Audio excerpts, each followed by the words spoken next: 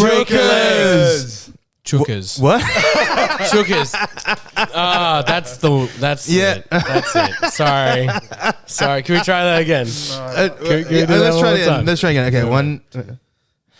Chookers. Thanks, everybody. My name is James, I'm Neil. and here we have the wonderful Steve Maresca. Thank you. I worked on that joke all morning. I was like, I got to do it. It's hammy, but It was great. I love a bit of ham. It worked perfectly. Ham goes really well with eggs. So, This is true. Yeah. Wonderful. You are an actor. Yeah. Yes, Um, with dabbles in a bit of writing and any kind of stuff, really. I think if you've dabbled, you're a writer. Yeah. I've put words to paper. or a Yeah, computer. which is way more than like what I've been told is that everybody thinks of a story in their head, but it takes a lot of will to sit down and actually put it down to paper. Agreed. You know, and I think that's the difference. Yeah. You know, Yeah. I have issues with that, though. I'm really? quite the lazy guy. sometimes. So I've got to really knock it out. yeah. Yeah. Look up lazy.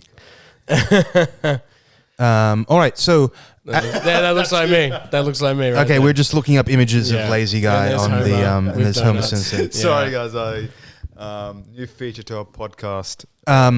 So tell us at the moment you're doing Dead House. Correct. So, Dead House Tales of Sydney Morgue. So the basic idea is to get shows that have a historical element, specifically to Sydney, and to tell those stories in a way that's educational and entertaining. So we did the Razor Gang Wars, about the 1929 Razor Gang Wars of Sydney's Darlinghurst, or Razorhurst, as it was well known at the time. And then we were also doing a show called Simmons and Newcombe, The Deadly Run, which is about the largest manhunt of New South Wales at that time in 1959. Yeah, Wow. so next year they want to do the Juanita Nielsen disappearance, which is a huge story as well. So, yeah, it's a cool way to kind of educate as well as being entertaining. Yeah, wonderful. Yeah. And you were saying that the response has been really phenomenal. Really strong. Yeah, wonderful. Who's kind of? Can you say who's been interested and who's been coming and like being like, "Oh, this is great." Oh, just, influential people in the kind of historical elements. Great. We had the writer, Larry Writer, who wrote Razor, which was amazing. He came and saw it and he loved it. So yeah, it's good. And people that didn't know the cast who were there, which is always a plus. That's Which a is big always plus. That's a big plus. Yeah. When you're like, who do you know in the cast? And they go, no one. Oh, great. We're reaching an audience. You are Fantastic. absolutely. Yeah. So I'm very into history. I tour guide at Cockatoo Island. Oh, cool. So yeah, the more history, the better, I think. Wonderful. Yeah. And coming up, what do you have on the cards? I'm doing a play by John Ford called "'Tis a Pity She's a Whore," with a new company called the Company Theatre. They're starting out, so it's a lot of fun. We're in rehearsals now, so yeah, big cast. I think is 12 to 15. Wow. Yeah. Wow. Yeah. Mostly young kids. We were hungry, so I love that. Yeah, So, great. yeah. I mean, I'm still hungry. Oh yeah. I'm 34, not as young as I was, but still. You're 34. Yeah, still hungry though. Jesus. Still hungry, still doing it. I thought you were like 48. Shit. I thought you were 22. Well, I prefer that. Yeah. Yeah. I guess there's both ends of the spectrum, right? 48 and 22. So technically, 34 works perfectly. I'm older than you. Yeah, right. Yeah.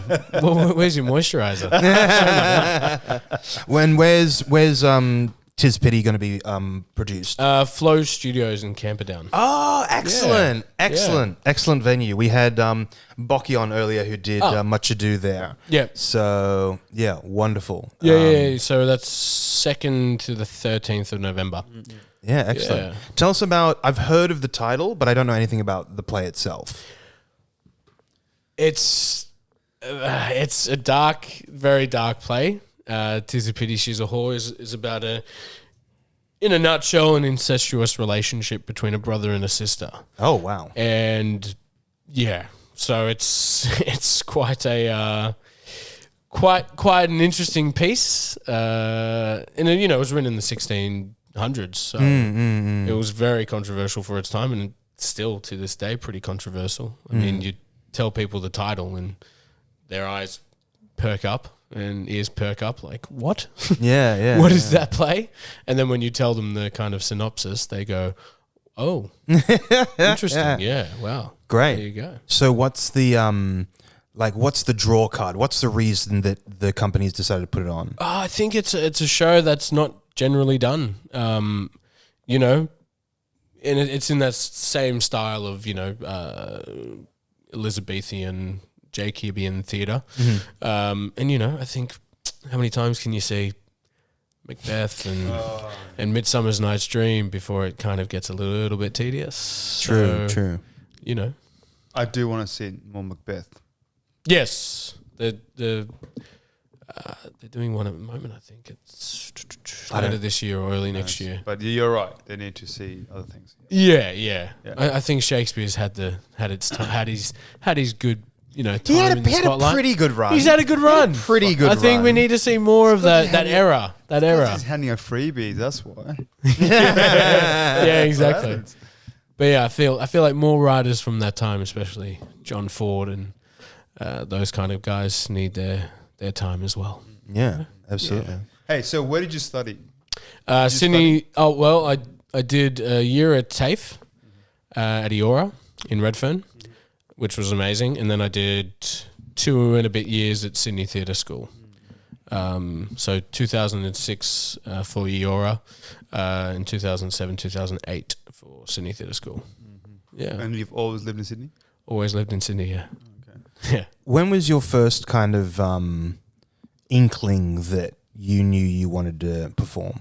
Okay. Would have been. I had a teacher in year 5, Mr. Walters, Mr. Jim Walters. We're still Facebook friends to this day. And he, every Monday, would recount by memory The Hobbit and Lord of the Rings for the whole year. Every Monday, I think it was an hour or 2. And he would do everything. He got him, he was doing all that. Wow. And this was before the film. So, Yeah. There was no he's not Viggo Mortensen. Or, that's not how Elijah Wood sounds. So it was, completely mind blowing, right? Wow. And he would get into it, move his body and just, jump around the room and stuff, trying to entertain these, young kids. And, from memory. And I was like, that's really cool. And then later on, in high school, I wasn't good at sport, and I was going, what can I do that's a kind of fun activity? And there was a guy who was not the person you would think be doing the musical. And he was like, oh, I'm doing the musical. And I was like, oh, the musical? That sounds interesting. So I went to audition and just the person who was auditioning said, yeah, you can be in this for sure. And then first day in rehearsal, I was like, oh, wow, okay. This is my kind of jam. Yeah, cool. And then, I, kept doing drama in high school and stuff, doing the productions. I got to be Sherlock Holmes. Wow. Which we turned into a farcical comedy. Do you know Rob Johnson? No. Rob, he's done a lot. He's around, but we went to the same school and we turned Sherlock Holmes into like a farcical comedy with and all that kind of stuff, and it was a lot of fun and just doing this and that and just Not him. and then near the end of school I was going, well, my grades won't get me into a good university or anything like that. And I was like, what can I do? And I was like, the only thing I really want to do is perform. So I thought, let's go to drama school. Wow. And found the TAFE course, which was at an Indigenous TAFE, which was an amazing experience because we got to do Dreamtime stories and stuff of that nature. Wow. And got to work with some great performers there. And then at the end of that year, I thought, I need to do more. And then I found Sydney Theatre School, which was about a 10-minute walk from where I was originally. Went to audition there, and Mark Matthews, who ran that, and said, yes, you can have a spot here. And I said, sweet. And then, worked at that. The first year was a bit kind of, I was 18, so I was more interested in, partying and stuff. And then the second year was when I really cracked down. And that's when I got the whip from all the teachers, because, I was still a bit blasé with it. And, I had a guy, Keith Aegis, who was a very good Shakespeare actor and director, sit me down and listen to a monologue that I had to perform at the end of the term. And he said, you have no idea what you're saying. And I said, no, I do. And he goes, no, point it out then. Explain this line. And I went, I got no idea what I'm doing. And then he's like, that's fine. Work your ass off for the next 2 days before we see each other again, because if you do that again, I can't work with you for the term. So I knuckled down and probably studied harder than I did for the HSC. And then, so that's when it got kind of drilled into me that if you're not working hard at it, there's 4 other people next door who are, and, they will get the opportunity. So if you want it, put in the work. Yeah, wow. Yeah. 100%. Yeah. You need those harsh talks sometimes, eh? Oh, 100%. Definitely. And, I've had it a few times. Yeah. Well, I feel like most actors were horrible at school. I didn't. Oh, you did well. I did really fucking well Yeah, at 'cause school. What did you get? I got a 98.9 ATAR. Jesus. Yeah. Man, I got like a 48. Yeah, I got a 54. Yeah, bro. I got bumped up because I got some teachers' recommendations. But that's also because the HSC sucks here in Australia, This is true. because they don't weigh things equally in shit. So you could do terrible in a high level maths course, and you'd get more points at being a killer drama guy. Well, yeah, 2 of my best subjects were modern history and English. right? Wow, yeah. Because those are what interest me. Mm. And and being a tour guide today and doing the Dead House shows, I'm interested in history. I feel like there's a lot of fun in history and English, of course. I grew up being a bit of a sporty kid, Yeah, right. and I hung around all the the jocks and stuff, right? And but a lot of them when we were in, because I grew up in Canberra, so we have college is 11 and 12, Right. high school is 10 to 11. 7 to 10. Mm-hmm. So when I was in 11, 12, a lot of the guys that I was with, they studied, and a lot of them were pretty good at maths and stuff. And I my dad put me in a high advanced maths extended program, and I was shit. Yeah. And I was surrounded by all these people, really good. No, I keep going down, and I went down to normal maths, and then I started studying English because they watch films and movies, and this is fun, man. I'll just do this. Yeah. But it's not weighted that high. Yeah. Well, see, I was a floater in high school. I went from, one lunch would be with the drama kids, next to lunch would be the sports guys, because I was the clown, Yeah, I was the joker, the fool, doing the funny voices and making fun of the teachers behind their I backs. don't see it. Yeah. Yes. You didn't just come in and you'll go, hey, can I try something out for Yeah. I was working on that all morning. You must get this all the time. To me, you strike me as like a walking phoenix. Yeah, I get him. Yeah, I get you him get a him lot. all the lot. And if I contort my face, I can get away with Robert De Niro. Yeah. And that's the thing. Like, I was always doing voices. I come from an Italian family. If you're not loud, you're not going to be seen. Yeah. You know what I mean? So, Who are you, as a kid, who were you trying to make laugh the most? oh, my mum. Yeah, your mum. Still to this day. Yeah. Still to this day. Yeah. Whenever I'm at home, I'm Yeah. just annoying her. Yeah. I'm like, you laughed. So I got you. Yeah. So you can't be angry with me no more. Oh, good. Oh, yeah. But and like, I was a bit of an awkward child, still an awkward human today. But, I lived at the video shop. Oh, Like, I lived there. I would So the spend folks hours. out there who don't know what a video shop is, there used to be cassette tapes, Yep. VHS, we used to put it into this small little black box where you press play, and play. Oh, it also could record as well. It could record. And remember those days you could time it? That was the best thing. That's right. But how annoyed were you when you put it in and someone hadn't rewound it back?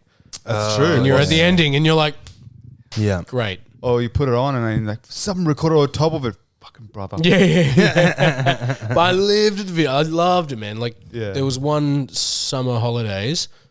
I went to the guy at the counter. I said, what would you recommend to a 13-year-old kid? And he goes, Jackie Chan. Never heard of Jackie Chan before. And that summer, I went through every Jackie Chan film that the video shop had. And, you know, years into my, like, hanging out at the video shop talking movies with the clerks, like the movie Clerks, right? One of them just said, do you want a job here? And I said, yes. God, yes. Give it to me, man. And so I worked at the video shop for about 2-ish years. Wow. Until they started dying. Yeah. But man, like, best job in the world. I'd still work in a video shop today if they were around. 100%. What were the seminal, maybe not the most important, but at the time was the films that you were like either waiting for or you were like, oh, it's here. You know, it's this one. I mean, we'd have our favorites. Oh, yeah. That we would play over and over again. Ghostbusters, Yeah. Wayne's World, Wayne's World 2. So you had to choose the films that were family friendly. It still had a bit of edge to enjoy your day. I see. Yeah. Because you're playing them on the screens that are on the screen. playing in the store. Right? Yeah, so this was around 2005 to 7, 8. I worked there, so that's when like your Batman Begins. But that was also like the time we're coming out of VHS. And Yeah, it was going into DVDs DVDs. and- When I started, it was like the end of videos and DVDs.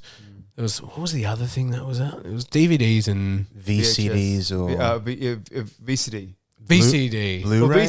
Well, VCDs wasn't something that we got in Australia. We got from Vietnam and Yeah, Yeah, right, VCDs right. were really popular in Asia. Yeah. We But got, like a mate from school would bring in like VCDs, like 4 discs of some movie that was pirated. Like yes, Yeah, you need multiple discs per movie. yeah. But you know what I miss about the DVDs? Yeah. I mean, DVDs are still around now, but the special features, True. especially director commentary. Yeah. Netflix, Stan, Paramount Plus, if you're listening, put the audio commentaries on to your platforms because it should be just easy to go audio, change to director commentary or stars commentary because I enjoy the movies more with those commentaries because I love the process, right? Yeah, Getting yeah, to hear yeah. about the process is the best part.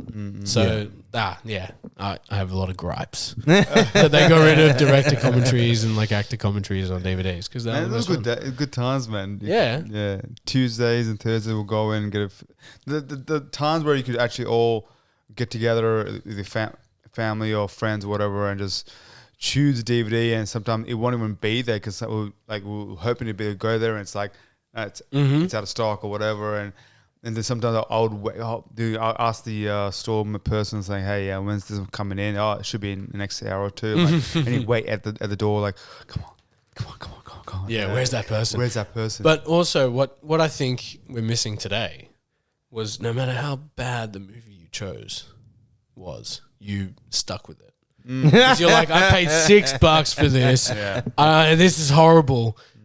But I'm going to watch it. Whereas now, you put on a film and you go, I'm bored 10 minutes in. Yeah. Right? I feel like, and people call me crazy, but like one day they'll be like, nostalgia will bring back the video shop. Maybe to not what it was before, but like there'll be a market for someone to go, I want less choice. I want less choice. I think less choice is better choice. Yeah. I think I think we have too many choices, and that's why we flick. Like even to this day, like when you watch Netflix or whatever you watch, Stan, you're always flicking. I'm bored. Next one. Exactly. Next. You never. Sometimes like a lot of us may do because we're actors in creative industry. We want to watch every single thing of it, but the regular audience is like, this is boring. Next one. Yeah.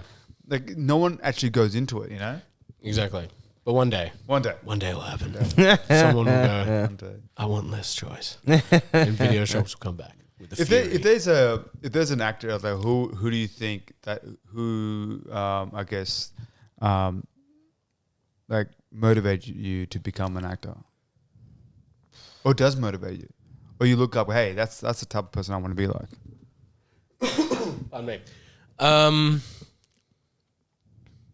That is like, so actors I know personally, or like Whatever, or probably. Well, I mean, celebrities- yeah, I celebrities. guess- growing up, what would you? Oh, I guess growing up, it was, and everyone really. If they were in a film or a TV show, it was like yes. Yeah. And like today, you know, it's people that I've worked with that I, you know, really admire. That I love seeing kicking goals, and like makes me want to kick those goals as well. To be, you know, on a set with them again, or on a stage with them again. So I think that's always the kind of motivating goal. It's to work with your mates. Because that's fun, right? That's when it's fun. When you're like, oh, call sheet. Oh man, I know that guy. Sweet, we're gonna have a great day on set. Yeah, Or call shit. Fuck. yeah. Oh no. We're finishing at 10 p.m. Shit. Yeah, I get that with Amelia Conway Yeah. all the time. she'll listen to this. She'll go, what? What? No, she's great. It's okay. We have many complaints about her. Yeah, right. What do you think? What do you think about the Australian theatre industry or Sydney theatre industry at the moment? I think it's pretty good at the moment. It's especially after, you know, that thing. Colon. Calling. Coughing. Coughing. Coughing. Kevin. What? Kevin Rudd. Yeah. Yeah, after the 2 years we've had of Kevin. Yeah. Kevin. Yeah, I think it's coming back, and like it's good to see, especially, you know, just doing a show at the moment. It's fun to like, be back with that energy, you know, because like, you know, it's better than doing a Zoom show. Oh yeah, you way know, better. Which I never did, but I watched a lot of them because, you know, support your mates and stuff. Yeah, But I was yeah. going, I can't do that. Cannot. Yeah. I cannot do that. Yeah. So and also that, just also the Zoom auditions, rehearsals. rehearsals, the Rehearsals and classes. stuff. Yeah. I got out of that, man. Like I can't. Yeah. You can't do it. No, I need to be in the room and like feel the energy, you know, the pulse. I get it. We were all we were trying to stay alert, but like, Yeah. I mean, to me, the definition of acting is to change the other performer. So I can't do that through a Zoom thing when there's like a 2-second lag. It's just, it doesn't. It's so painful. It does not work, and it's It's like singing karaoke with a 2-second lag. oh, that's terrible. Yeah, exactly. Yeah, that'd be horrible. Yeah. Oh God, that could be, you know, a market for some people. Market for some people. Yeah, some people might enjoy that lag. Maybe we should start like karaoke night where it's like every song has a 2-second lag. And Could be fun. but it's good if you're a crap singer like me and it corrects your note. Yeah. But yeah, no. So I think at the moment Sydney's doing pretty good. what do you There's think it might need, or what could it do more of? I don't know, more different, interesting stories, I think. Like real kind of stuff. I don't know. It's good to go back to the classics, because they're the classics, right? But I think also new writers, you know, like I've worked with, you guys had Luke Holmes, and his company was great. Yeah, Brave New Word. Brave New It was Word, like yeah. nothing that's ever been done before. So that's a really good. That's what he represents. That Yeah. yeah. Same as like Geordie. A guy like a writer like Geordie.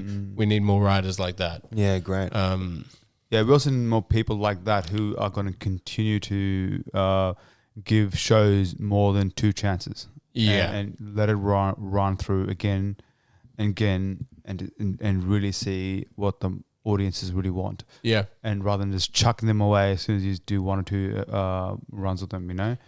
I get it. But and I think the industry needs to give those people props, because you look at something like Nick Giannopoulos, right? Yeah. When he started the Wog Boys, bro, he sold out years, and no one wanted to like give him a shot. But the guy sold out theaters because of him. The Enmore Theatre was basically refurbished because of the ticket sales that he was getting from Wogs Out of Work in the early 90s. Yeah. So like, yeah, I feel like, and you know, if you do a show that is culturally themed, they go see the shows and the young people go see those shows. It's not just the older audience. Because if you go to like, you know, Sydney Opera House and stuff like that, it's generally more of an older audience. It's a little bit less inviting, I guess. And you know, theatre was never meant for the upper class. Yeah, it was that's for the right. working class. Yeah, You used to yeah. throw a tomato at me. Yeah. I fucking would love that. I love that. I would love that. If I'm doing a show and you think it sucks, throw a tomato at me. Even Shakespeare is a Shakespeare for the middle lower class, and that's who came to watch it, you know. And like, and now everyone like upper class and up here to go watch it, but like it's for everyone, to be honest. Exactly. And it's just weird that you brought up Nick Giannopoulos. Like I actually messaged him like this week. Oh, really? I don't know if you're gonna answer it back, but maybe it's his fan Instagram. I don't know what it was, but I messaged him because I saw he's got a podcast going at the moment, and I said, man, I would love to have you on because like he's one of those people in Australia who gave ethnics a go. You know, he put ethnics on and said, hey man, we're ethnics, and we're happy to be here. And we're Australians, and there's that little Walk Boy, the first film, right? Yeah. The thing that was stuck to me the most is when he was at school, you know, like at school and he spits out the whole thing. Yeah. That's what my brother and I did. Yeah. We went to school and mum would give us like all this Indian food, whatever, and we would smell and they would be called a curry muncher or whatever. You know, like, fire out. but like now they pay like $50 for that meal. Yeah, exactly. And yeah, I think, and if you do a show that is for the Greeks or for the Italians, like they actually pay the money to see that. Same thing what Jordo said. That you put Filipinos on, Filipinos will run up and they'll come watch it. They don't care about it. They see Filipinos, they'll come watch. They don't care about reviews. They don't care about reviews. They don't care about nothing. They don't read the fucking reviews. Yeah, exactly. It's not in Tagalog. Yeah. And it's in English. Yeah. But no, I think the bigger theaters need to start because it will open it up for more people to get to those theaters, which then will bring them back for other shows. Oh yeah, more money. You know what I mean? Like, yeah, I think if the bigger theaters aren't careful, then there is a chance that, you know, younger people will not go to the theater. Yeah. Because $90, $80, $100 is a lot for young kids, especially today's climate, right? Yeah. So there is an issue of that there could be less theatre goers in like 20, 30, 40 years from now. Yeah, Which would absolutely. be horrible, right? Yeah, because all those old people are going to die off. Are going to die off. How do I say They're going to this? die off, Yeah. and they're not going to be replenished. This is what I said to him on the weekend. They're gonna die off.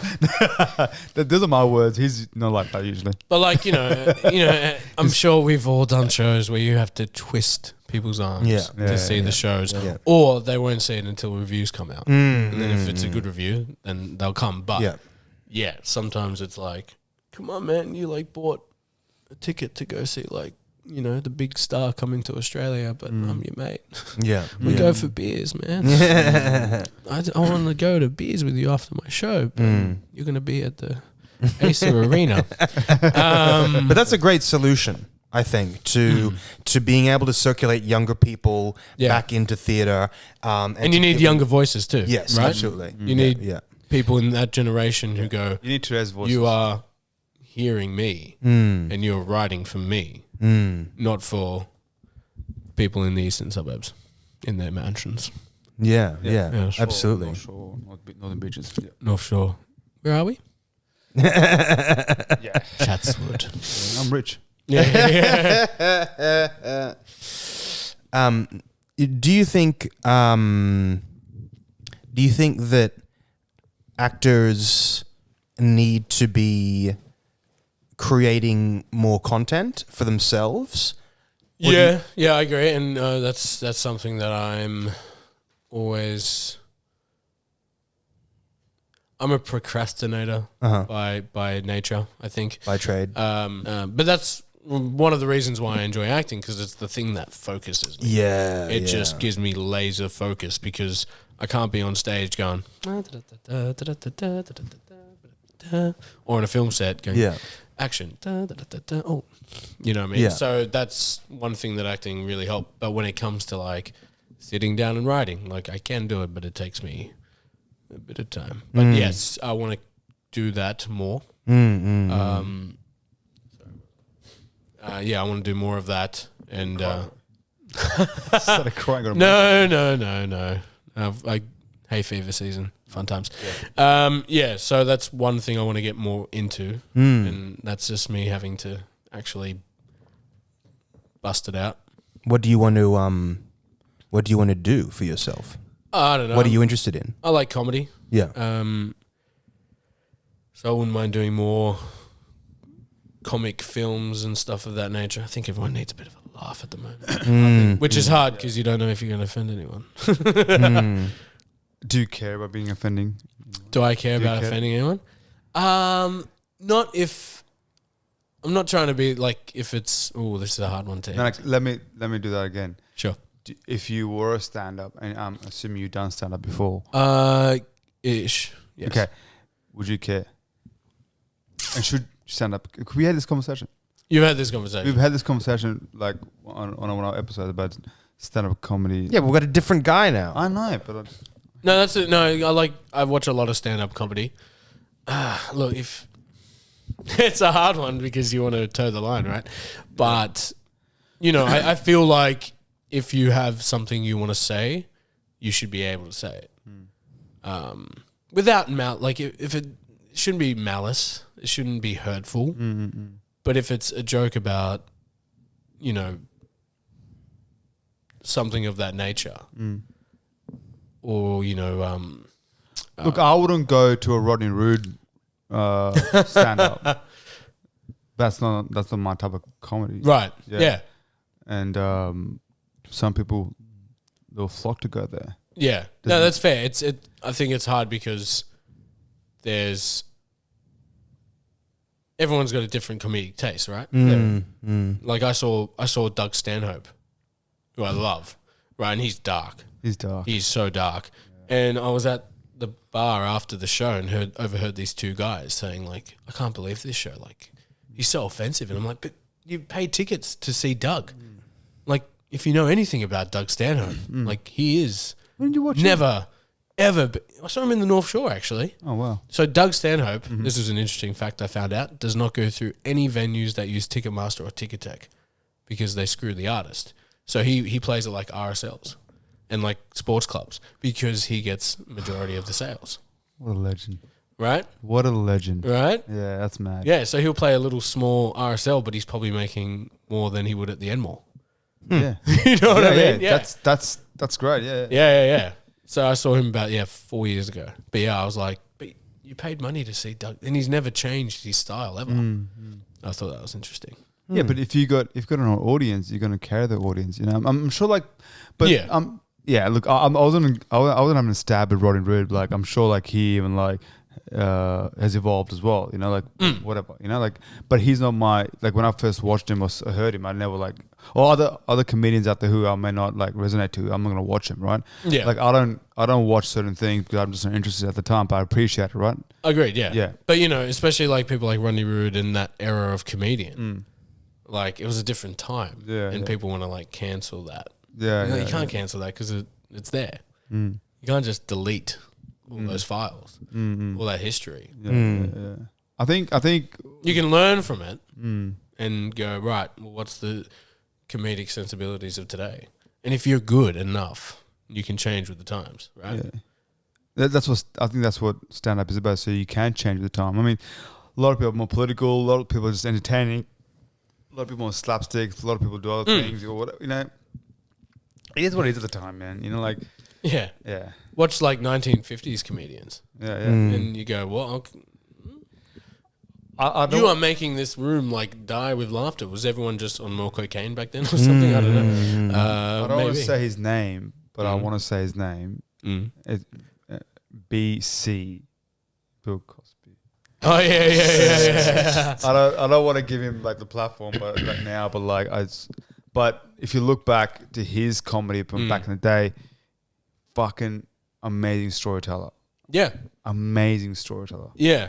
And yeah, unfortunately, he did what he did. What he did, yeah. Yeah. I mean, it's the same with Louis C.K. Louis C.K. Like, you know. Well, not to extent of. Well, no, BC. but you know what I mean? Like, they were really good at their craft. Yeah. And it's annoying when people screw up because you're like, no, I really, really enjoyed you. Like, I fucking loved watching you, man. Why would you like...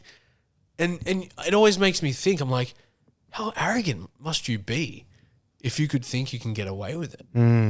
Like the Jeffrey Rush thing. Like, how arrogant must you be? Yeah. If you're like, yeah. no one will stop me from doing all this stuff. So like, I don't know if it's like fame and money, if it just like makes you go, but you know, society's shown us everyone gets found out eventually. Yeah. So like, don't do that stuff. Yeah. And obviously that the whole being at the top of the game and have that feeling of being like unbeatable, unstoppable, and you can't be cancelled, you can't be like all that stuff. Like obviously, hopefully we'll all be successful. But like when we get to that point, I think our mind changes as well, and we can't go, hey, wait a minute, fucking, we can't. I guess it's weak or we judge those people. Go, hey man, But we're not at that. But we're not at that level. Like, imagine like you have no money, and a lot of us don't. In creatives, we don't have anything, and all of a sudden, boom, $1 million.